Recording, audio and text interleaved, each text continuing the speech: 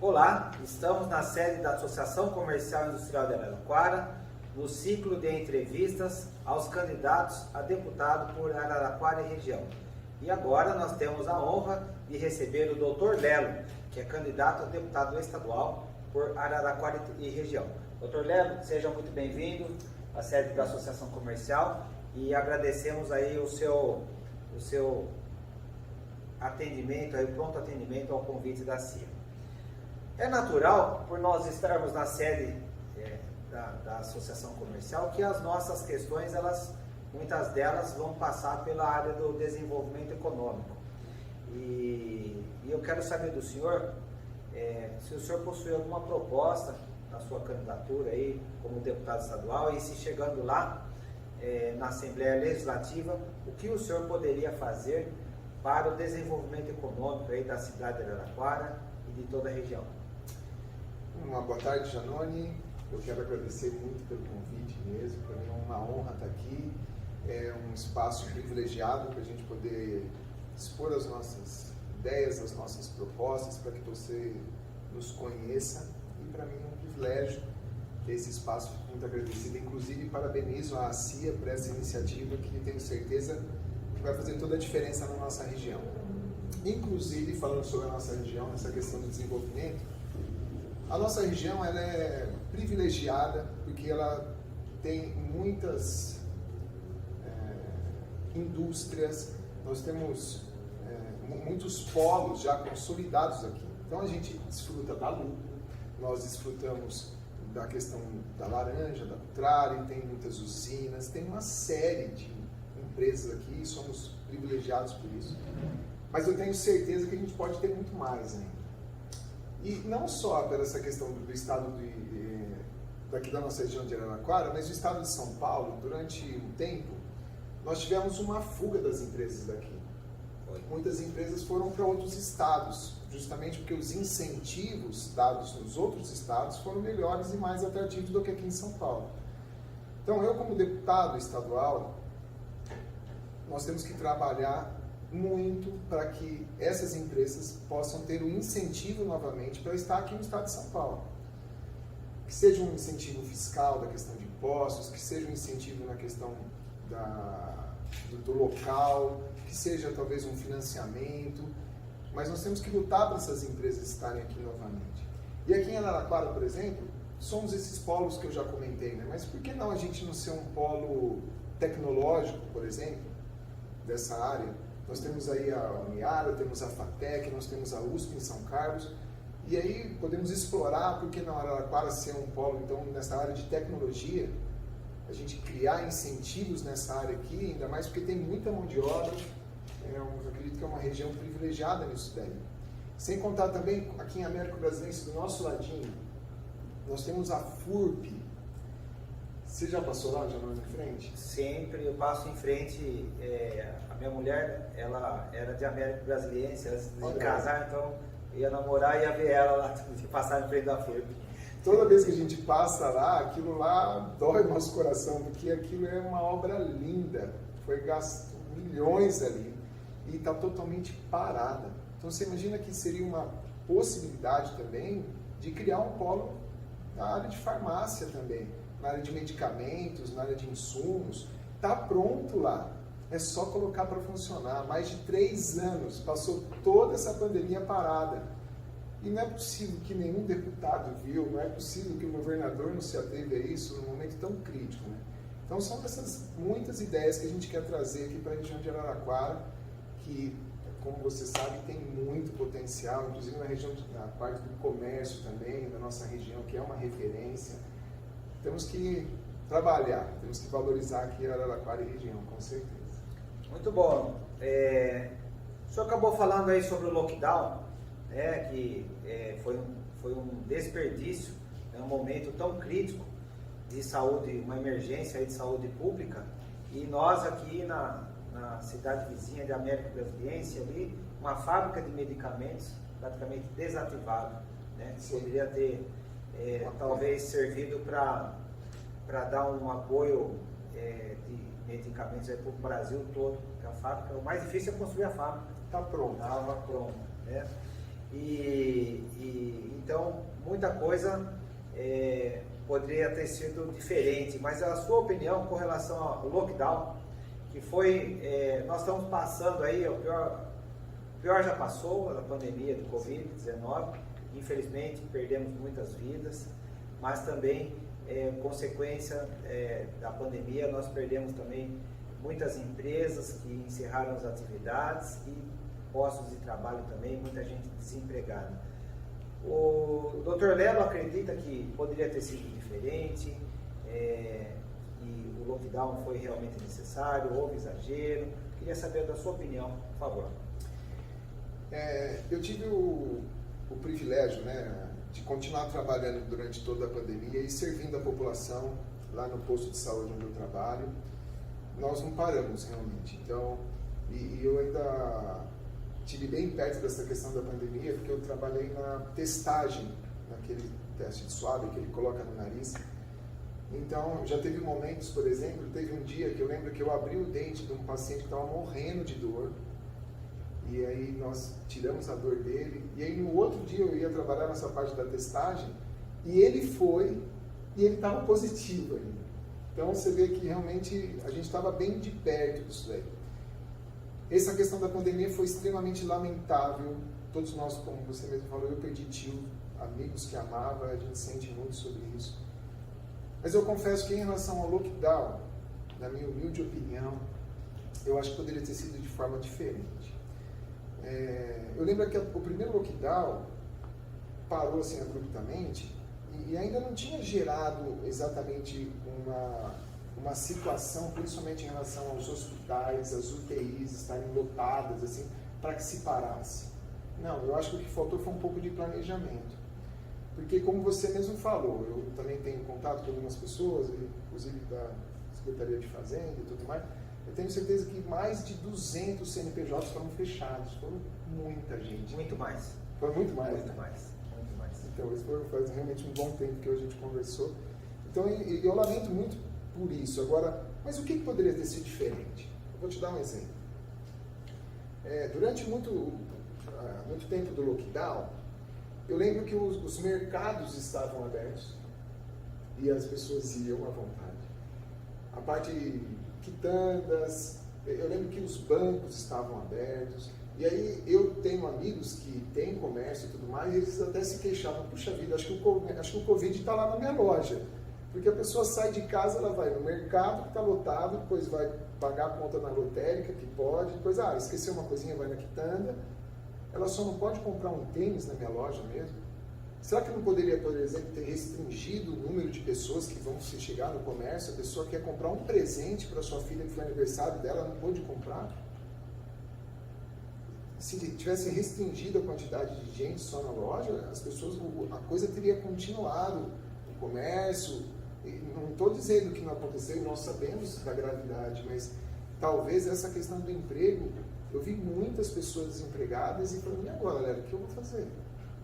Então, realmente foi uma situação complicada que, na minha opinião, poderia ter sido diferente, sem contar, por exemplo, a questão do transporte público, gente. Diminuíram os números de ônibus, você viu ônibus lotados. Não, vamos ser coerentes, né? Obviamente, chegou a UTI, está num ponto que vai ter o colapso da saúde. Não, para tudo. Para tudo. Avisa a população, gente, de quinta a domingo vai estar tudo fechado, você se programe. E se você tiver algum problema, você liga na assistência social, você poderia ter sido feito diferente. E eu acredito que muitas perdas nessa questão do comércio poderiam ter sido evitadas. Ok, doutor, concordo contigo. O senhor já deu uma deixa aí para os nossos espectadores, falou que abriu o dente, né? Então agora, por favor, gostaria que o senhor se apresentasse para os nossos espectadores, não apenas os empresários, comerciantes, industriais e prestadores de serviço, mas todos os internautas aí que estão acompanhando pela rede social.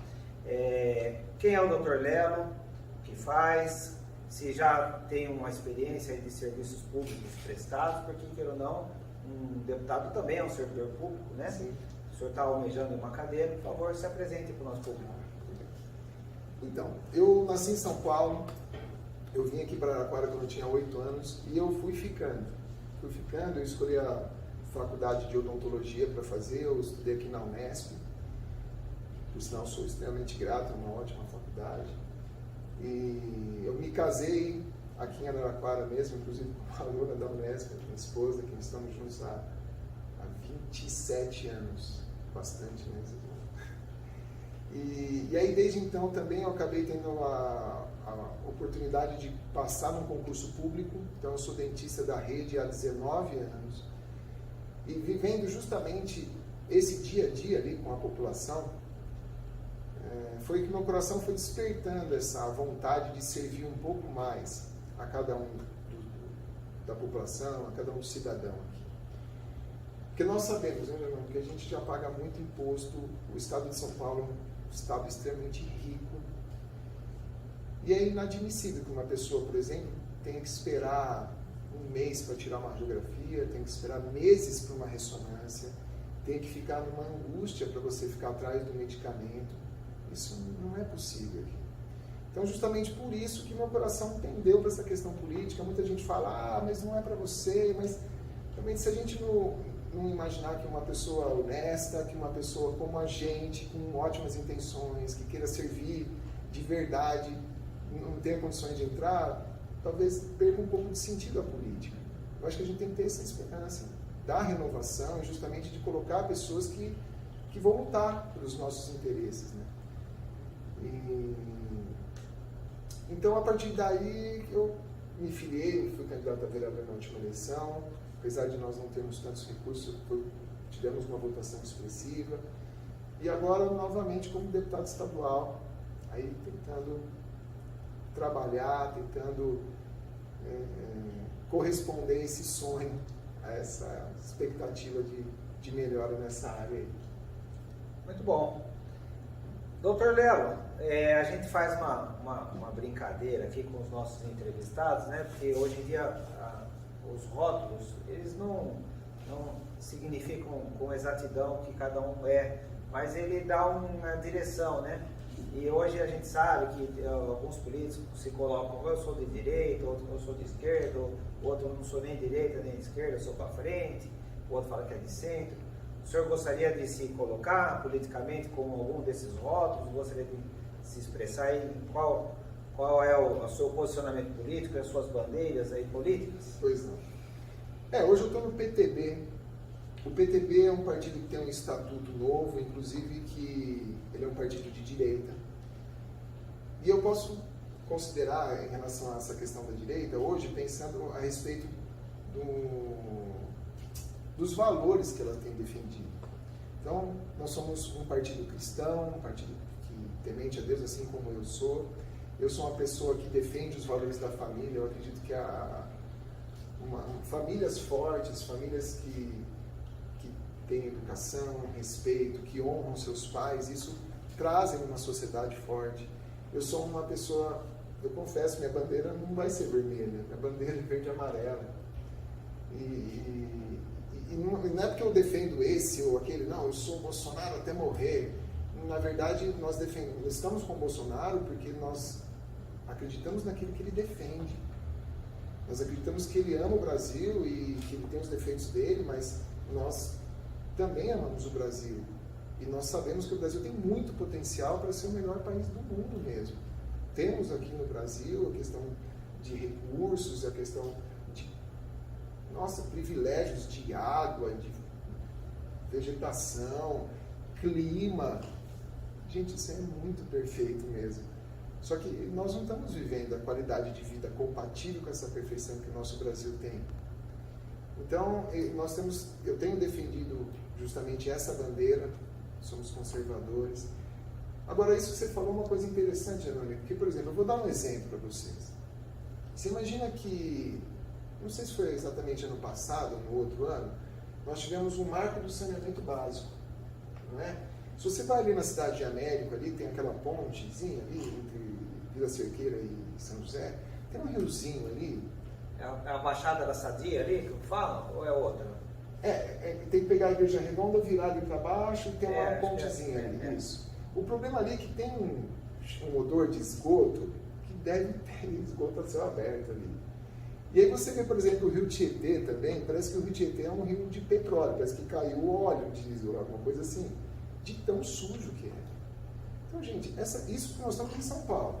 Então, você imagina aí para fora como é a questão da água, do esgoto aí. Então, essa questão do você levar o saneamento básico para todo mundo, a água e o esgoto é uma questão de qualidade de vida, é uma questão de saúde. E como é que pode alguns políticos terem se posicionado contra? Mas por que contra? Porque não era o seu partido que estava colocando isso? Gente, a gente tem que parar com isso. O nosso partido não tem que ser exatamente o meu ou o seu. O nosso partido tem que ser o Brasil, tem que ser a população, tem que ser o povo. Não é possível que agora, nessa questão da pandemia, enquanto o governo federal estava baixando imposto, aqui em São Paulo estava subindo imposto, aprovado por deputado. Dá, né? Na pandemia. Na pandemia. Na pandemia, com as pessoas perdendo emprego, não tendo dinheiro para pagar conta de luz, vamos subir para imposto. pagar aluguel, vai subir o imposto. Até de remédio. Não dá, gente, não dá. Então, essa questão, lógico, eu sou uma linha conservadora, eu sou cristão, eu sou presbítero de uma comunidade, numa igreja, e nós temos essa linha, uma linha, inclusive, que nos leva a amar, gente. Amar o povo em primeiro lugar, amar o próximo em primeiro lugar. E tudo que a gente vai fazer tem que ser com amor. Não é possível que você queira piorar a sua qualidade de vida e falar, olha, eu estou com amor, mas paga mais caro o seu remédio. Não dá, né? Não dá. Está bem colocado aí suas bandeiras. E agora eu gostaria de saber também, além dessas bandeiras já anteriormente faladas, família também, o senhor tem mais alguma na sua campanha? Está levando outras bandeiras aí? Quando chegar lá na Câmara, na Assembleia Legislativa Estadual, né? Olha, eu também serei conhecido como deputado da bandeira XY, eu milito nessa área. Tem mais alguma coisa para o senhor acrescentar? Pois não. Eu queria deixar, Jana, que eu tenho um site que é o www.drlelo.com.br. Nesse site vai ter uma série de propostas, inclusive tem lá o nosso plano de governo, assim, com todos os projetos que a gente pensa em colocar. Então vale a pena vocês, por favor, entrar lá, conhecer esse site. Mas eu queria destacar dois. Eu queria destacar a primeira questão da saúde, porque eu estou envolvido na saúde. E como eu te falei, não é fácil você ter uma dor abdominal, por exemplo, ou uma dor aparecer um caroço em algum lugar, e você realmente não ter nem a expectativa de descobrir o que é. Quando você vai descobrir isso? E ainda depois, quando você descobre, você não sabe exatamente se você vai ter o remédio, como vai ser seu tratamento. Então tem um projeto de lei que eu vou estar colocando que chama Saúde Tem Pressa. Nós, através de uma junta médica, a gente quer pegar uma série de profissionais, tanto da área de clínico geral até especialidades, e aí conversando com eles, traçar um padrão de tempo aceitável para que o paciente receba o seu diagnóstico, receba o seu tratamento. Então, uma radiografia, tanto tempo. Uma ressonância magnética, não pode passar disso. Tal situação, não pode passar desse tempo.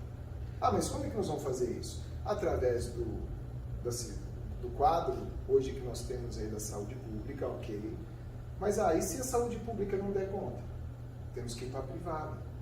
E aí o governo vai ter que se responsabilizar por isso. Por que não?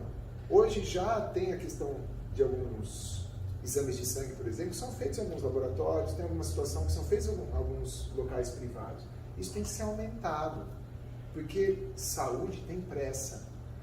E é uma agonia, uma tristeza. E muitas vezes eu deparo com pacientes no posto de saúde que a gente vai conversando, vamos dividindo. Gente, você não saber a expectativa do que você tem, porque às vezes não é nada, mas a sua cabeça já vira tudo. Isso é péssimo. E a partir do momento que você foi diagnosticado alguma situação, tem que ser tratado da forma mais rápida possível. E recurso tem. Nós estamos no estado de São Paulo, recurso aqui não falta. E outra coisa, a questão também, por exemplo, da educação. Eu acredito que a gente pode salvar o Brasil através da educação.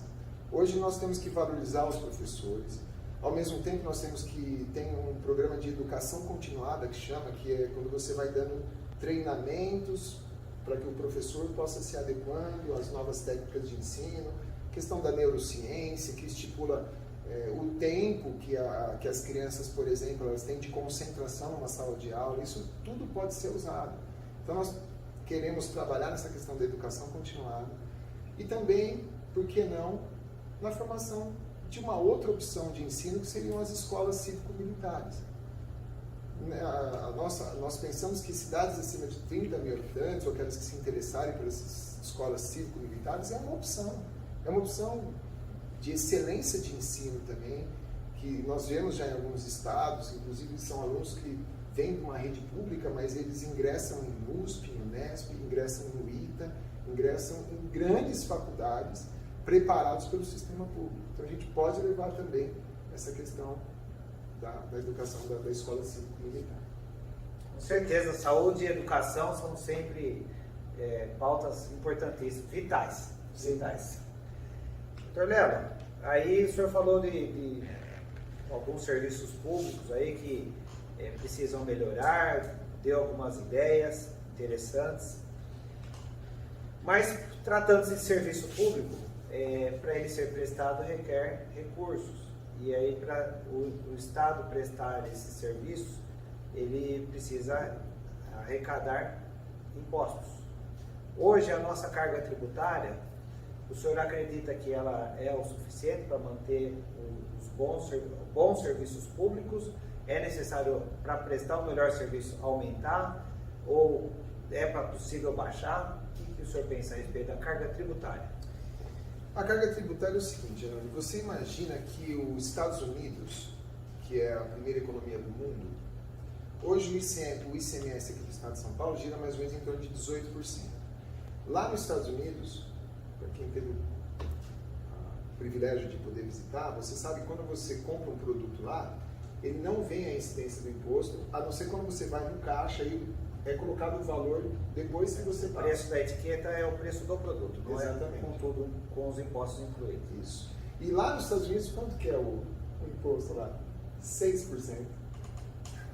6%. A primeira economia do mundo tem um imposto de 6%. Aqui o ICMS, a nossa média é 3 vezes mais, 18%. Então o problema é que nós estamos, na minha opinião, numa filosofia errada. A gente tem que estimular o consumo. A pessoa, quando tem uma televisão, se ela quer colocar uma outra televisão no outro quarto, com um filho que cresceu, ela pode ir lá e comprar a sua televisão.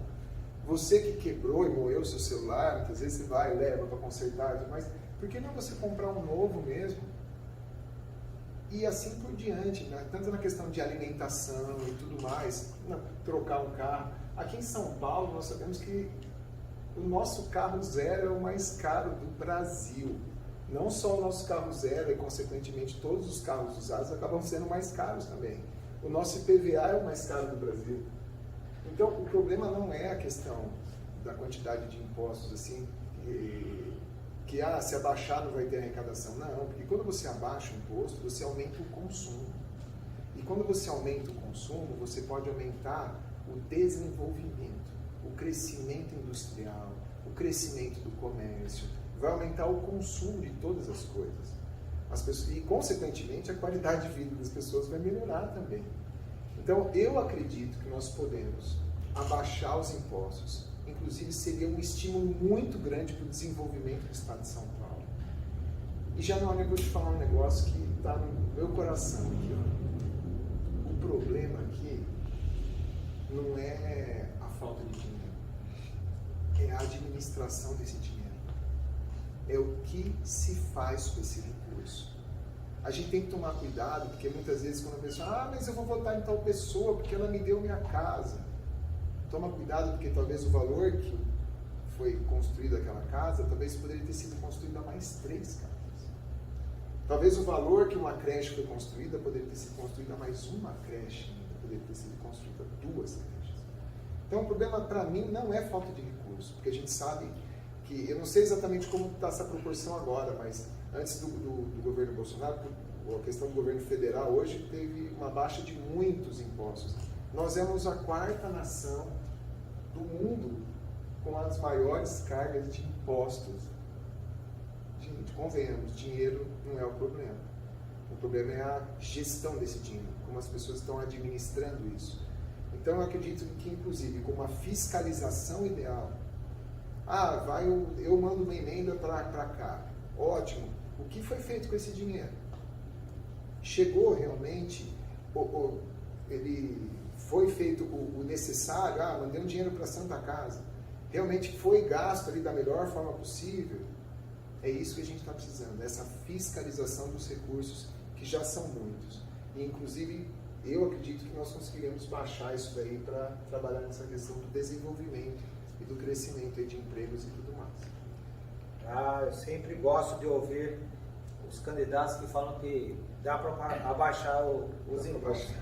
Dá para baixar. Estamos caminhando aí na reta final da nossa entrevista. Antes do senhor fazer suas considerações finais, é natural estarmos aqui, estamos no auditório da Associação Comercial, e eu gostaria de saber se o senhor gostaria de assumir algum compromisso aí com a classe empresarial, não apenas com a classe empresarial, mas fazer um compromisso aí com aqueles que são da iniciativa privada, né, prestadores de serviços, industriais, comerciantes, em o senhor estando lá na Assembleia Legislativa, se é possível assumir algum compromisso com esse grupo.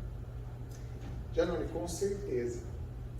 Eu acho que a grande diferença do político hoje, que é o que a gente não vê muito por aí, é que normalmente quando o pessoal é eleito, eles somem. E aí nós vamos ver os candidatos, vamos ver os políticos mais uma vez, quando tem a outra eleição. Aí você vê, olha, mas puxa, está tão sumido, né? E por que não a gente trabalhar realmente de forma efetiva e de forma próxima do nosso, não só eleitorado, como das associações que representam as determinadas classes e que somam e que sabem das necessidades, das angústias, dos anseios. Então a CIA, eu com certeza me comprometo com a associação e eu quero poder trabalhar junto com vocês para saciar esses problemas. Por que acontece, né, Júnior? Nós temos muitas situações burocráticas, gente, que dá para ser diferente. Então, por exemplo, você vai montar um consultório odontológico e aí você é obrigado a chamar a vigilância sanitária, que é óbvio que tem que ir. Aí você vai chamar o bombeiro, é óbvio, ou você vai montar um outro tipo de comércio. Aí chega um lá e fala, não, você tem que quebrar aquela janela e fazer isso aqui. Ó, você vai lá, quebra. Não. Aí chega o bombeiro e fala, não, agora você vai ter que... Aquela janela não ficou exatamente daquele jeito, você vai ter que mudar aquilo lá. O que eu quero dizer com vocês? Nós podemos facilitar a vida. Não estou dizendo para fazer nada errado. Tem que fazer tudo certinho mesmo. Tudo tem que ser limpo, organizado, como nós merecemos, como se fosse para nós mesmo. Mas será que algumas vezes a gente não pode trabalhar alguns prazos? Começa a sua empresa, hora que eu vou te dar 30 dias para você arrumar isso aqui, mas pode começar. Começa esse atendimento aqui, está tudo em ordem, tá, mas arruma aquela janelinha ali e tal, só daqui 30 dias eu volto. E aí já começa a coisa.